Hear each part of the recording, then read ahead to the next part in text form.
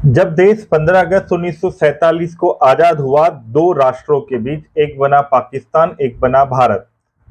इस माउंटबेटन योजना में जिसके आधार पर भारत का विभाजन हुआ, उसमें देशी रियासतों को ये छूट थी कि आप चाहे तो भारत में मिले, चाहे तो पाकिस्तान में, या चाहे तो स्वतंत्र रहे। इसी चीज का फायदा उठाया महाराजा हरि सिंह ने, जो कि कश्मीर के राजा थे। वो किसी में भी नहीं मिले। उनका मानना था कि जिन्ना के साथ नहीं जाएंगे क्योंकि वो सांप्रदायिक व्यक्ति है, और नेहरू के साथ नहीं जाएंगे क्योंकि वो लोकतांत्रिक व्यक्ति है। बोले नेहरू के साथ जाएंगे तो कश्मीर में भी डेमोक्रेसी लागू हो जाएगी और हमारे विशेषाधिकार क्या हो जाएंगे, समाप्त। यही बात उनकी सबसे बड़ी गलती साबित हुई। पाकिस्तान ने कबायलियों के भेष में कुछ अपने सैनिकों को कश्मीर पर हमला करने के लिए भेजा। अक्टूबर 1947 में कबायली लोगों ने कश्मीर पर आक्रमण किया, और जब श्रीनगर तक पहुंच गए कबायली लोग आक्रमण करने, कश्मीर में उत्पात मचाना शुरू कर दिया, कई सारे जिलों में, कई सारे क्षेत्रों में, तो महाराजा हरि सिंह ने भारत से मदद मांगी।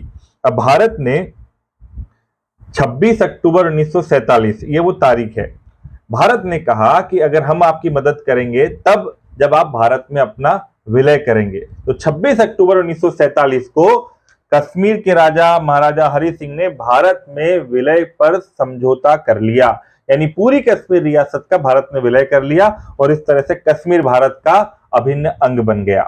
अब जब कश्मीर में का भारत में विलय हुआ तो जिन्ना ने, यानी कि पाकिस्तान ने, अपनी सेना उतार दी, और दोनों के बीच में लगभग कई महीनों तक युद्ध चला।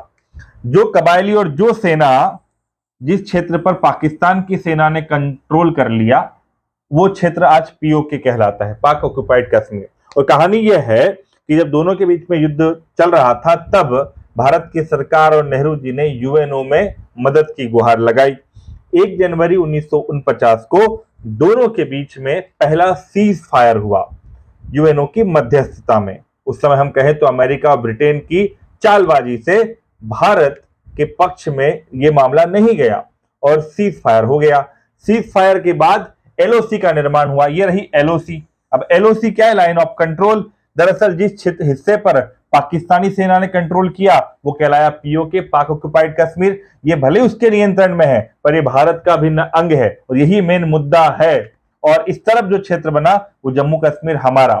और 1962 की लड़ाई में ये लद्दाख का, खासतौर पे पूर्वी हिस्सा, अक्साई चीन, ये चीन ने कब्जा कर लिया, और यहाँ का एक हिस्सा पाकिस्तान ने 1963 में चीन को बेच दिया।